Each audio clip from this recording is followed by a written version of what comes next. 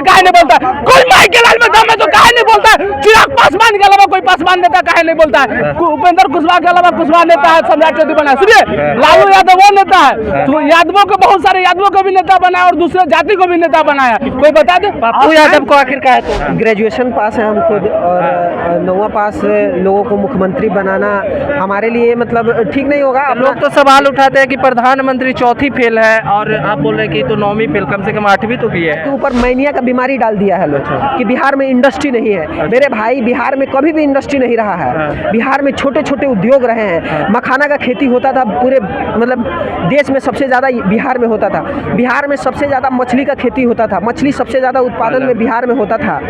और आज बिहार के लोग मछली खाना है तो बंगाल से मंगाते हैं। बिहार में सबसे ज़्यादा जूट का उत्पादन होता था। सबसे ज़्यादा जूट पश्चिम बंगाल में चला गया है। ये डेटा बता रहा है। बिहार में सबसे ज़्यादा मतलब चीनी का उत्पादन होता, सबसे ज़्यादा चीनी मिल होता था। आज देखिए बिहार की स्थिति क्या है, सारा चीनी मिल बंद हो गया। बिहार में कोई, बिहार देश का अग्रणी राज्यों में 5 अग्रणी राज्यों में था। कैसे था उस टाइम? तो यहाँ पे मतलब इंडस्ट्री नहीं था। यहाँ पे माइक्रो मतलब जो छोटा छोटा चीज़ें होता वो सैकड़ों के तादाद में था।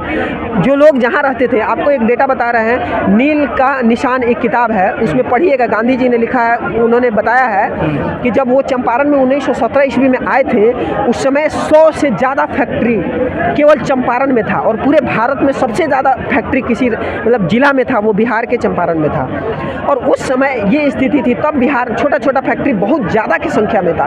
ये लोग बोल रहे हैं कि फैक्ट्री नहीं आ रहा है, हम MOU 50,000 करोड़ का साइन करवाए हैं, हम ये किए हैं। वो भी तो लालू यादव भी रहे, राबड़ी यादव रहे, क्यों नहीं वो फैक्ट्री ला पाए? ये भी तो सोचना चाहिए। देखिए फैक्ट्री लाने की बात छोड़िए, फैक्ट्री को ये लोग बंद करवा दिए। अच्छा। सबसे ज़्यादा कागज़ का उत्पादन बिहार में होता था, सबसे ज़्यादा पेपर मिल यहाँ पे होता था, वो बंद हो गया है। बिहार का लाइब्रेरी बंद हो गया है। ये जो शिक्षा का व्यवस्था था, पहले लोग विदेश से शिक्षा लेने आते थे बिहार में, नालंदा में। आज देखिए बिहार के बच्चों को पढ़ना है तो वो नोएडा जा रहा है, दिल्ली जा रहा है, मध्य प्रदेश जा रहा है, ग्वालियर जा रहा है, कोटा जा रहा है। लेकिन ये स्थिति बन गया है। इसके लिए लोगों को वोट देना चाहिए कि हमारा बिहार बदले। जो लोग पलायन करके बिहार से बाहर चले गए, विश्वास करते हैं, मान लीजिए आप जिस पे विश्वास करके वोट दिए और वो सही काम ना करे, तो फिर आप क्या कीजिएगा? आप क्यों नहीं आ रहे हैं राजनीति में? आप शिक्षित युवा क्यों नहीं आ रहे? ये चीज़ मेरा सवाल है। बिल्कुल ठीक बात है, शिक्षित युवा को आना ही चाहिए। और देखिए पहले देखिए हमारे पेरेंट्स, हमारे होल लगा होता है जो कि पढ़ना है, एक सरकारी नौकरी ले लेना है, फिक्स हो जाएगा लाइफ। लेकिन शासन मेरे पे कोई और कर रहा है, ऊपर हम क्यों नहीं शासन करने वाले? देखिए एक आपको कहानी बताते हैं। जब हम लोग छोटे थे तो माता पिता कहते थे लोग कि देखो बाहर मत जाओ, उसके साथ मत खेलो, वो बदमाश लड़का है। तो वो बोले कि अपने द्वार के सामने खेलना। तो द्वार के सामने हम लोग खेलने लगे। फिर वहाँ बदमाश लड़का आ गया तो बोले कि वहाँ बदमाश लड़का के साथ मत जाओ, द्वार पे मत खेलो, अब तुम आंगन में खेलो। अब हम लोग आंगन में खेल रहे हैं। अब स्थिति ये बन गया है कि राजनीति करने वाले बाहर के जितने लोग हैं सब बदमाश हो गया है। अब वो उसको पवित्र करने के लिए कौन आएगा? अब लोग चाहते हैं कि भगत सिंह पैदा हो लेकिन पड़ोसी के घर में पैदा हो, अपने घर में ना हो, मेरे घर में नहीं पैदा हो। इसके लिए कुर्बानी किसको देना? जो लोग मतलब आपके तरह जो लोग युवा राजनीति में आ रहे हैं, वो बातों को अच्छी तरीका से रख रहे हैं। उन लोग बोल रहे हैं कि ये नहीं चलेगा, भारतीय वाला चलेगा, पार्टी वाला चलेगा। जो बिहार का सबसे लंपट है, किसी को गाली दे रहा है, किसी को बोल रहा है, मतलब अभद्र व्यवहार कर रहा है, शर्ट के ऊपर गंजी पहन ले रहा है, वही लोग नेता बन रहे हैं। असल में अच्छे लोगों को आप मौका नहीं दीजिएगा, उसका आलोचना कीजिएगा, कैसे बनेगा बताइए आप? अच्छे लोगों को आना चाहिए। जब आप अपने बच्चे को भेजेंगे, जब सैकड़ों के तादाद में, लाखों के तादाद में, वो चेहरा कौन है आपके नज़र में? कौन चेहरा लगता है? बिल्कुल नए नए अब बच्चे आ रहे हैं। आप देखिए जन स्वराज के माध्यम से 1 लाख ऐसे बच्चे आ रहे हैं राजनीति करने के लिए। मुखिया, पंच, सरपंच, वार्ड सदस्य, ये सारे लोगों को इकट्ठा किया जा रहा है। गरीब गुरबा सबको इकट्ठा करके जन स्वराज अपना पार्टी बना रहा है और नए लोगों को मौका दे रहा है। ऐसे लोग जिनका कहा जाता है प्रशांत किशोर के बारे में भी कि ये पेड प्रमोटर हैं, पेड प्रमोशन करते थे, दूसरे राज्य में दूसरे पार्टियों को प्रमोट करते थे, वो भी पेड प्रमोटर। भाई वो चोरी तो नहीं करते थे, मतलब कोई अवैध काम तो नहीं करते थे। उनका पहचान क्या है कि वो लोगों को राय सलाह देते थे। वो पढ़े लिखे हैं, शिक्षित हैं, लोगों को सरकार बनाने में मदद करते थे। 7 निश्चय योजना जिसके ऊपर बिहार को और नीतीश कुमार को गौरव है, वैसे निश्चय योजनाओं को बनाने में मदद करते थे। मोदी जी का कैंपेन किया, जिस बिहार में भारत का इकोनॉमी 5वें नंबर पर गया, वो इकोनॉमी का एक इंफ्रास्ट्रक्चर बना के दिया वो लड़का, बिहार का लड़का। आपको तो इसके ऊपर गर्व होना चाहिए कि बिहार में इतनी ताकत है, इस विषम परिस्थितियों के बाद भी, कि बिहार का कोई लड़का इतना बड़ा काम किया है। इसके ऊपर आपको प्राइड होना चाहिए। ऐसे लोगों को प्रमोट होना चाहिए, ऐसे लोगों को आगे आना चाहिए, इसके समर्थन में लोगों को बोलना चाहिए। लोग इनको इकोनॉमिक में 5वां स्थान है भारत के पास, और आय भी पर व्यक्ति इनकम यहाँ पे 1,20,000 प्लस है। लेकिन देख लें, सबसे ज़्यादा गरीबी रेखा में हमारे देश के लोग आते हैं। ये चीज़, एक के पास पैसा करोड़ों रुपया हो, एक के गरीब भूखा मर रहा है, और हम पूरे देश में वर्ल्ड में दिखा रहे हैं कि मेरा इकोनॉमिक 5वां लेवल पे है।